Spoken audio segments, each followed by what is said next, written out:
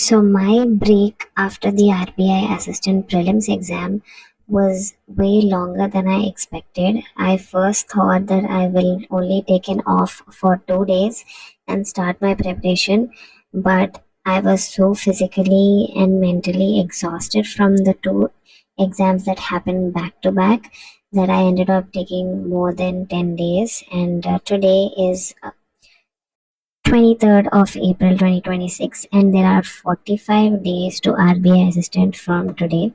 So I decided that I have to pick myself up and I have to start somewhere. So this particular day I decided that I will be giving a blank mock exam. That means that I will not be reading or revising anything. Just I will just want to check what my base was, and so that is what I decided to do today.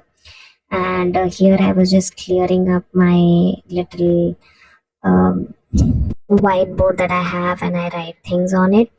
I wasn't able to fill it all the way up for prelims, but I'm hoping that when I make a strategy for mains this time, that I will stick to it because there's 45 days left. And if I stay consistent for these 45 days, then I can expect a result from myself. Of course, life says that we have to do the deed and not expect anything, which is a very, very cool concept because that way you're detached and you don't get hurt. Do let me know how many days of break did you take after RBI assistant. It would be a very beautiful insight for me to know. So this particular mock that I'm giving, I decided to give from Olive Board. There were 10 mocks of mails that Olive Board was gonna make, and I have decided that maybe I'll be giving one mock for 3 days, not like two mocks per day like I did in prelims, because prelims is just a 1 hour thing and this is a 2.15 minutes, 2 hours and 15 minutes this exam is going to be. So that much time I feel like I can't afford each and every single day. So I'll be giving a mock once every 3 days. And right now, I stopped thinking much about the prelims result as it will come whatever my fate is, but I can't just wait for it to come to start my mains preparation. That means that I've already failed at the exam. Even though, of course, I have had these thoughts during the initial days after the prelims that whether I'll clear or not, whether I should study or not. But now that fog has faded away, and so I have got my clarity back.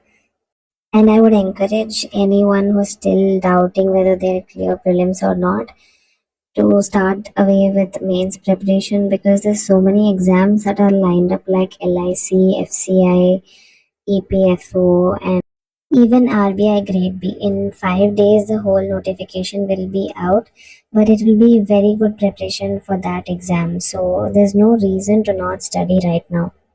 So initially, I was scared that this exam will take 2 hours and 15 minutes, and how will I spend that much time? But actually, I only spent 1.5 hours, 30 minutes each of quant reasoning and reasoning and English to do the exam, and GA and computer I just skimmed through and finished within 10 to 15 minutes. Of course, my GA preparation is not at all up to the mark. It's nowhere close to the mark. It hasn't started yet. So these are my scores. You can pause the video to check that.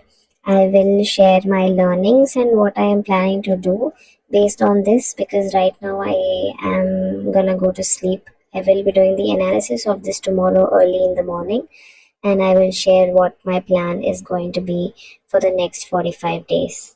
As you can see here, clearly my percentile was achieved. Whatever 78 I have got mainly because of English and computer, which makes it also obvious that people who are good in computers, GA, English, and reasoning, for people like me who's not good in quant, we still have a good shot at this exam.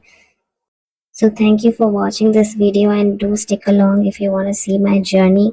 I will see you guys in my next video. Until then, happy studying. And if you haven't started studying, then just please go and start and give a mock. Because then you know where you stand and then sky is the limit.